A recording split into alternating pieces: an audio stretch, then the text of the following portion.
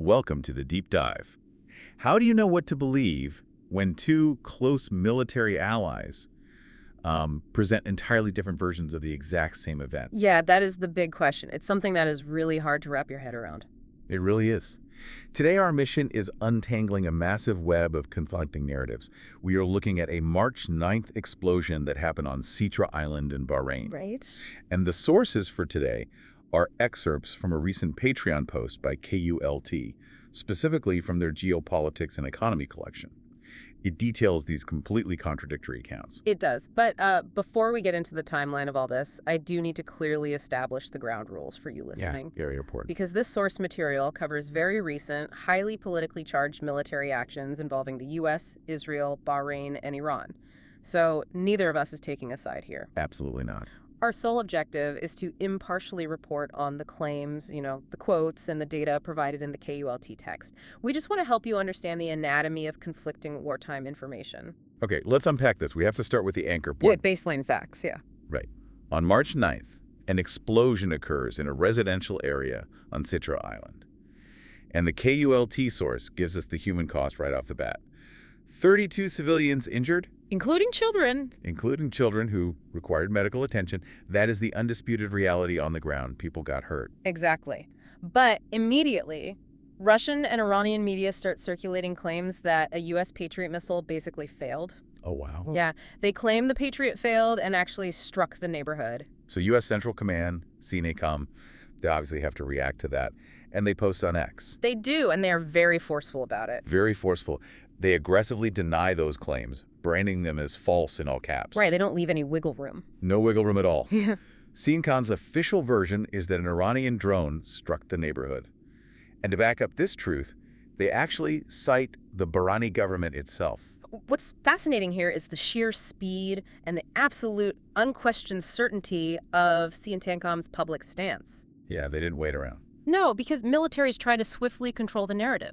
If you wait, your adversary's media defines the event for the whole world. It's kind of like a referee immediately throwing a penalty flag. Oh, that's a good way to put it. Like they make a definitive call on the field just to stop the crowd from rioting. They just want to shut it down. Shut the rumor down completely, yes.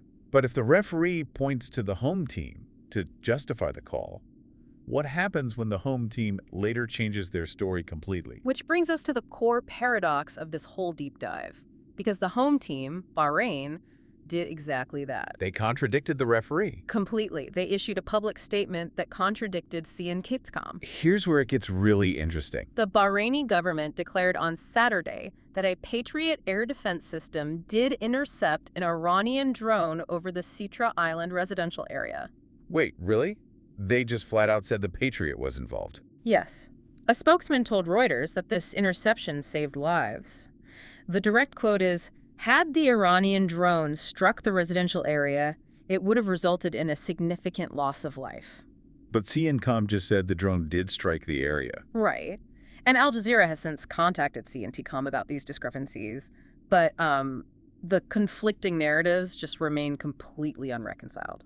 So they're both just sticking to their guns. Seems that way. But let me push back on this idea of a success, because it really questions the very definition of a military success. How so? Well, think about it like this. If you successfully shoot down a meteor, but the flaming debris still crushes your car and puts 32 people in the hospital. Right, yeah. Can you really call that a successful interception in a press release? It's a huge disconnect between the technical mission and the reality on the ground. Exactly. And the KULT text points out a glaring unanswered question. How does Bahrain's official account of a successful interception align with 32 injured civilians? That is the big unanswered question section in the source. Because we have this unresolved mystery. What actually caused the damage? Yes. Were the civilian casualties ultimately caused by a Patriot interceptor's debris falling on them? Or did the Iranian drone itself detonate? It's incredibly murky. But this isn't happening in a vacuum. No, not at all. To understand why these two close allies might be struggling to align their stories, we have to look at the pressure cooker they were in. The broader geopolitical pressure. Yeah, and the digital pressure too. The source details how images started circulating online. The open source evidence. Right.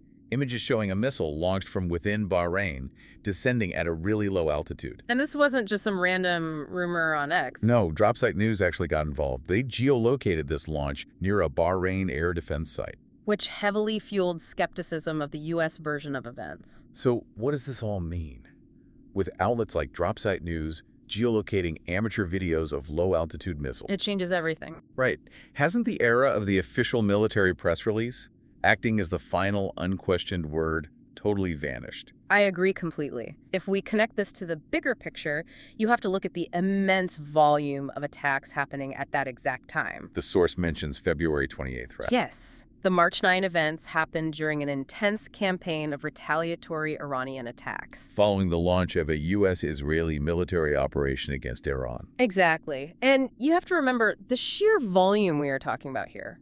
Bahrain houses the U.S. Navy's Fifth Fleet. They are a massive target. Huge target. By mid-March, Bahrain's Defense Force reported intercepting or destroying 141 missiles and 242 drones. That is, wrap your head around that. Hundreds of incoming threats. It's staggering, and it creates a real human cost. The source notes a separate attack just the next day, on March 10th in Manama. Right. That was a tragedy. It killed a 29-year-old Bahraini woman and injured 8 others. So when you combine that immense volume of attacks with the very real casualties, it creates this intense fog of war. Yeah, a fog of war on steroids. Right. And while they are dealing with hundreds of drones and missiles, you simultaneously have open-source sleuths demanding real-time visual accountability online. Which creates just an unprecedented challenge for Allied communications. They are trying to manage a chaotic physical war and a real-time digital information war all at once.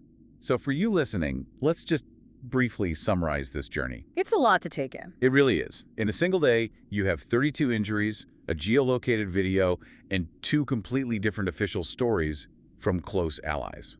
All under the massive pressure of hundreds of incoming strikes. Exactly. And the reason this matters to you is that we are constantly fed definitive news narratives. Neatly packaged statements. Right. But in the modern age of warfare, the quote-unquote truth is often heavily contested. Even among friends.